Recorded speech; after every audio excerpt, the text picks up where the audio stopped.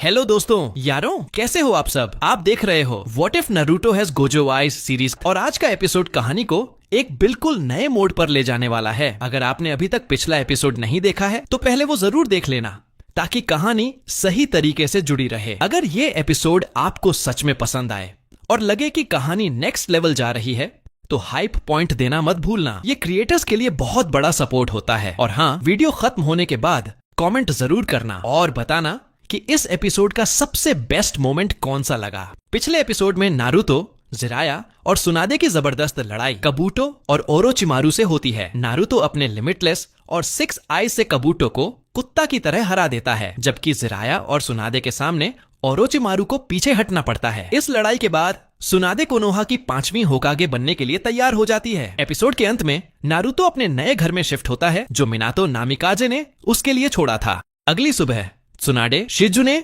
और नारुतो के साथ कोनोहा हॉस्पिटल पहुंची। साकुरा अपनी जगह से उठ खड़ी हुई, सामने खड़ी महिला को ध्यान से देखते हुए उसकी नजरें पहले उसकी खूबसूरती पर ठहरी, फिर 2 ऐसी जगहों पर टिक गईं जहां चाकरा कुछ ज्यादा ही इकट्ठा लग रहा था। तब जाकर उसे समझ आया कि नारुतो फैंस सुनादे को इतना पसंद क्यों करते हैं और मुझे ही इतना हेट क्यों मिलता है। तभी नारुतो कमरे में दाखिल हुआ। ये कौन है? साकुरा ने जिज्ञासा से पूछा, जबकि सुनाडे बिना रुके सीधे सास्के की ओर बढ़ चुकी थीं। ये लेजेंडरी सानिन में से एक हैं, सेनजू त्सुनाडे, नारुतो ने गर्व भरी मुस्कान के साथ बताया। सुनाडे ने हरे रंग की चक्र से भरी अपनी हथेली सास्के के माथे पर रखी। कुछ पल की खामोशी के बाद सास्के ने धीरे धीरे अपनी आंखें खोल दी। इसके बाद सुनाडे की नजर काकाशी पर गई जो बेड पर बैठा हुआ था। कितनी शर्मनाक बात है, 2 बागियों से हार जाना, उन्होंने तंज भरे लहजे में कहा। और मैं तो तुम्हें जीनियस समझती थी। आई एम सॉरी, काकाशी ने शांत स्वर में जवाब दिया। अगले दिन होकागे की डेस्क के पीछे लीफ विलेज की होकागे के रूप में अपनी जिम्मेदारी संभालते ही सुनाडे के सामने पुराने और नए दोनों तरह के ढेरों काम आ गए थे। इन्हीं में से कुछ मामलों को सुलझाने के लिए उन्होंने नारुतो को अपने ऑफिस बुलाया था। सच कहूं तो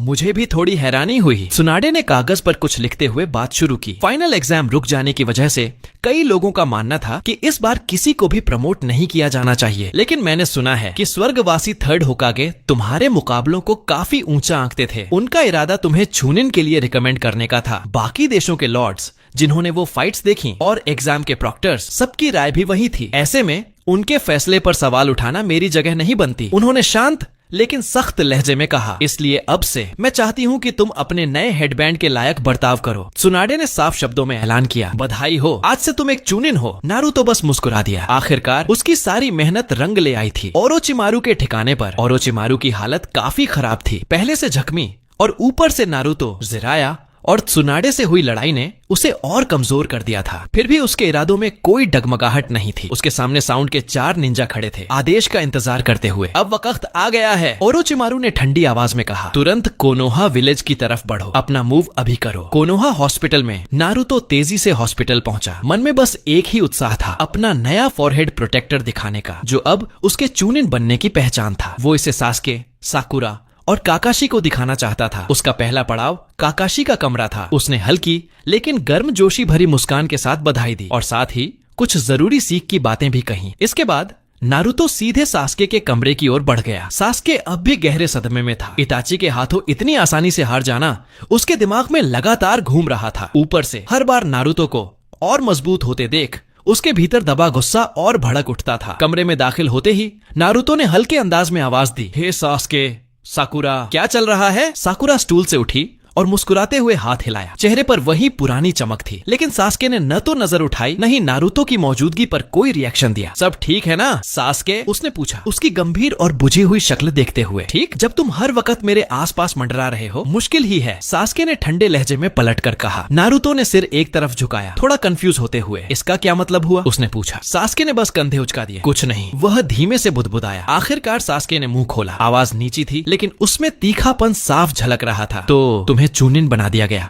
है ना? उसने कहा। ये तुम्हारी काबिलियत की वजह से हुआ है या इसलिए क्योंकि तुम चौथे होकागे के बेटे हो, या फिर इसलिए कि तुम्हारे पीछे 2 लेजेंडरी सानिन खड़े हैं? कोनोहा का अनन्या पांडे। नारुतो की मुस्कान एक पल के लिए थम गई, लेकिन उसने खुद को तुरंत संभाल लिया। अगला ही पल वह चिढ़ाने वाले लहजे में बोला, अरे वाह सास्के, आज तो तुम बड़े खुशमिजाज लग रहे हो, क्या जलन हो रही है? सास्के ने उसकी बात को नजरअंदाज करते हुए आगे कहा, मैंने भी गारा से लड़ाई की थी। अगर कोनोहा क्रश नहीं हुआ होता तो जीत मेरी होती, तो फिर मैं क्यों नहीं, सिर्फ तुम ही क्यों? नारुतो ने कंधे उचका दिए। सास्के की कड़वी बातों का उस पर खास असर नहीं पड़ा। वो उसे काफी हद तक समझता था। शायद इसीलिए उसने हल्के अंदाज में कहा, क्योंकि मैं बस इतना ही अच्छा हूँ। लेकिन सास्के को ये बिल्कुल पसंद नहीं आया। तो साबित करो, मुझसे लड़ो आमने सामने। उसने सीधी चुनौती दी। चुनौती सुनते ही नारुतो की मुस्कान और चौड़ी हो गई। ठीक है, उसने पूरे भरोसे के साथ कहा, लेकिन याद रखना ये तुमने खुद मांगा है। सास्के, क्यों न जगह बदल लें? नारुतो ने सुझाव दिया। ये तंग सी जगह किसी आमने सामने की लड़ाई के लिए ठीक नहीं लगती,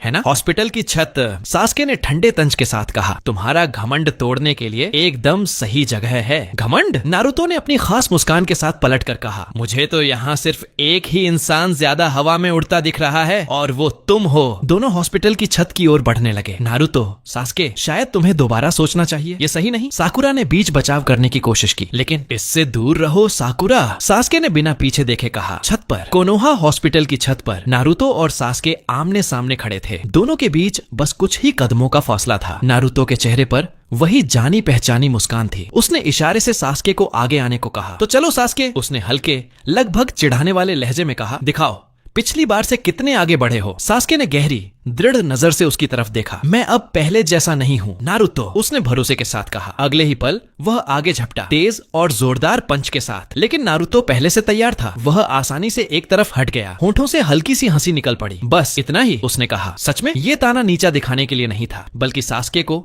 और उकसाने के लिए। लड़ाई इसी तरह आगे बढ़ती रही। नारुतो साफ तौर पर हावी था, लेकिन अपनी पूरी ताकत इस्तेमाल नहीं कर रहा था। वह खेल रहा था, और फिर भी सास्के टूटा नहीं। उसने पूरी ताकत से पलटवार किया, अपने इरादे और जिद को साबित करते हुए। ठीक उसी वक्त एक जानी पहचानी आवाज गूंजी। बस! काकाशी की सख्त आवाज हवा में गूंज उठी। वह दूर से सब देख रहा था, लेकिन हालात बिगड़ने से पहले दखल देना जरूरी समझा। आवाज सुनते ही सास्के पीछे हटा। चेहरे पर नाराजगी साफ थी। वह संतुष्ट नहीं था, अभी नहीं। कमजोरी उसे इसलिए नहीं लग रही थी कि नारुतो ज्यादा मजबूत है, बल्कि इसलिए कि वह खुद अभी काफी मजबूत नहीं था। नारुतो की ओर एक आखिरी नजर डालकर सास्के मुड़ा और छत छोड़कर चला गया, अपने अधूरे जज्बातों के साथ। फिर मिलेंगे सास्के, अच्छा लड़े तुम। नारुतो की आवाज पीछे गूंजी। नारुतो, ये सब क्या था? काकाशी ने टोका। इस वक्त हमें आपस में उलझने की जरूरत नहीं है, समझे? हाँ, थोड़ा उसकी बेवकूफी वाली चुनौती में बह गया। नारुतो ने बेफिक्री से कहा। वैसे आप ठीक है ना सेंसे? ठीक, काकाशी ने अपने पुराने ढीले ढाले अंदाज में जवाब दिया। बस हालात के साथ बह रहा हूँ। ठीक है, उसने आगे कहा। मुझे कुछ काम निपटाने हैं। और इतना कहकर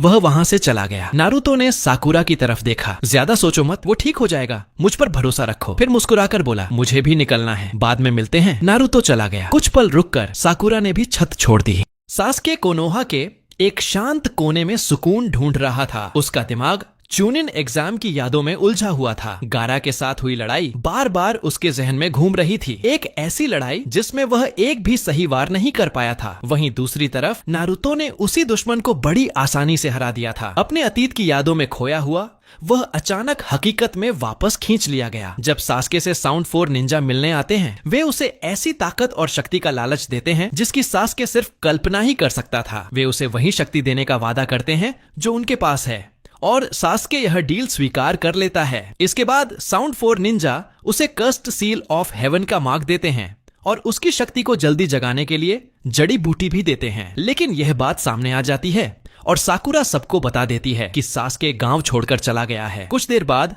नारुतो होकागे ऑफिस के सामने खड़ा था जब सुनादे ने उसे अंदर बुलाया। उचिहा सास्के बीती रात देर से गांव छोड़कर चला गया है, सुनादे ने बताया। गांव छोड़ दिया? आखिर क्यों? नारुतो ने हैरानी से पूछा। मुझे लगता है वह शायद साउंड विलेज की तरफ जा रहा है, सुनादे ने अंदाजा लगाया। लेकिन किस लिए? नारुतो ने उलझन में पूछा। उसे उस सांप ओरोचिमारू ने बहला फुसला लिया है, सुनादे ने दृढ़ता से कहा। फिर से ओरोचिमारू? ये कहीं चड्डी गैंग का मेंबर तो नहीं? ऐसे काम तो वही लोग रात में करते हैं, नारुतो ने सोचा। अभी ये मायने नहीं रखता कि क्यों, मायने ये रखता है कि कब। चूनिन बनने के बाद तुम्हारा पहला मिशन सबसे ज्यादा जरूरी है, सुनादे ने साफ किया। तो मुझे सास्के को वापस लाना है, नारुतो ने कहा। बिल्कुल, ये मिशन आसान नहीं होगा, सुनादे ने जवाब दिया। मैं तो सोच रहा था ये उतना ही आसान होगा जितना आपको हराना, नारुतो ने मुस्कुराते हुए कहा। अभी के लिए उस बात को नजरअंदाज कर रही हूँ, लेकिन याद रखो ओरोचिमारू के लोग सास्के को प्रभावित कर रहे हो सकते हैं, सुनादे ने चेतावनी दी। ठीक है, बस मिशन डिटेल बता दीजिए, नारुतो ने कहा। अगले आधे घंटे में अपने सबसे काबिल जेनिन इकट्ठा करो और तुरंत निकलो, सुनादे ने ऑर्डर दिया। सबसे काबिल जेनिन? हाँ, हिनाता तो पक्की है, लेकिन अगर ऐसे जेनिन ढूंढूं जो मेरे लेवल के हों तो फिर तो कोई ऑप्शन ही नहीं बचता। नारुतो ने मुस्कुराते हुए कहा। सुनादे ने उसे घूर कर देखा। अच्छा अच्छा, ऐसे मत देखिए जैसे गला ही दबा देंगे। मजाक कर रहा था। ज्यादा से ज्यादा 2 घंटे में मिलता हूँ। इतना कहकर नारुतो होकागे ऑफिस से बाहर निकल गया। A few moments later Naruto, Shikamaru, Kiba, Neji और चोजी कोनोहा गांव के गेट पर इकट्ठा हो चुके थे। सब तैयार थे सास्के को वापस घर लाने के लिए। सबसे पहले हमें एक स्ट्रेटेजी बनानी होगी, नारुतो ने कहा, और सबकी नजरें उसी पर टिक गईं। देखो, सास्के की पोजीशन मुझे पता है। मैंने पहले ही उसके हाथ पर एक सील लगा दिया था। उसी से मैं उसे ट्रैक कर सकता हूँ। वह आगे बढ़ा और सबकी तरफ देखते हुए बोला, नेजी, रास्ते में जो भी ट्रैप्स होंगे तुम अपने ब्याकुगन से पहले ही ढूंढ लोगे। के बाद तुम अपने सूंघने वाले सेंसेस से आसपास का पूरा हाल पता लगाओगे। दुश्मन कहाँ हैं, कितने हैं, सब। चोजी, तुम हमारे जियान हो, सीधा दुश्मनों से भिड़ना तुम्हारा काम होगा। और शिका, तुम और मैं वाइल्ड कार्ड्स रहेंगे, सिचुएशन के हिसाब से मूव करेंगे। इतना कहकर नारुतो ने सबको उनका उनका रोल समझा दिया। जैसे ही सब गांव से निकलने के लिए आगे बढ़े, तभी पीछे से एक आवाज गूंजी, रुको। सबने मुड़कर देखा। सामने साकुरा खड़ी थी। वह नारुतो से विनती करती है कि वह सास्के को वापस ले आए। नारुतो वादा करता है कि वह उसे जरूर लौटाएगा। इसके बाद वह सास्के रिकवरी यूनिट के साथ तुरंत निकल पड़ता है। नारुतो और उसकी टीम जंगल के बीच तेजी से भाग रहे थे, उस निशान का पीछा करते हुए जो उसे सास्के के सील से मिल रहा था। आगे बढ़ते हुए नारुतो ने कहा, हम काफी करीब पहुंच चुके हैं। नेजी ने ब्याकुगन एक्टिवेट किया और दूर आराम कर रहे दुश्मनों को देखने लगा। मिल गए, उसने पक्का किया। कितने दिख रहे हैं, नारुतो ने पूछा। लगभग 4, लेकिन सास्के उनमें नजर नहीं आ रहा, नेजी ने जवाब दिया। फिर भी मुझे लग रहा है सास्के वहीं है। क्या कहते हो, किबा, नारुतो ने पूछा। मैं भी यही कहूंगा, सास्के की सेंट साफ साफ वहीं से आ रही है, किबा ने कहा। उन 4 शिनोबी के अलावा वहाँ कुछ अजीब दिख रहा है, नारुतो ने नेजी से पूछा। हाँ, कुछ तो है। एक अजीब सा कंटेनर दिख रहा है, शायद कोई टोकरी या बैरल, और उनमें से एक उसी पर बैठा है, नेजी ने बताया। हो सकता है सास्के उसी कंटेनर के अंदर हो, शिकामारू ने अंदाजा लगाया। उस कंटेनर के अंदर कुछ साफ दिख रहा है, नारुतो ने हल्की गंभीरता के साथ पूछा। कोशिश करता हूँ। थोड़ी देर बाद नेजी बोला, नहीं, एक बैरियर सील मेरी नजर रोक रही है, लेकिन कंफर्म है सास्के उसी के अंदर है। अच्छा, अब हमें बस एक सॉलिड स्ट्रेटेजी चाहिए, नारुतो ने कहा। वह हल्का सा मुस्कुराया। एक प्लान है, थोड़ा मुश्किल जरूर होगा, लेकिन मुश्किल हालात के लिए मुश्किल प्लान ही चाहिए, सही है ना? अब सब ध्यान से सुनो। नारुतो ने सबको पास बुलाया और जल्दी से अपना प्लान समझाने लगा। उनका मकसद साफ था। सबसे पहले सास्के को दुश्मनों से छीनना। टीम लीडर होने के नाते दुश्मनों को डिस्ट्रैक्ट करने की जिम्मेदारी उसने खुद ली। बाकियों को आदेश दिया कि जैसे ही मौका मिले वो बैरल लेकर तुरंत दूर निकल जाएं और सास्के को सुरक्षित करें। ठीक है टीम, चलो अब निकलते हैं, नारुतो ने कहा और सबसे आगे बढ़ते हुए रास्ता दिखाने लगा।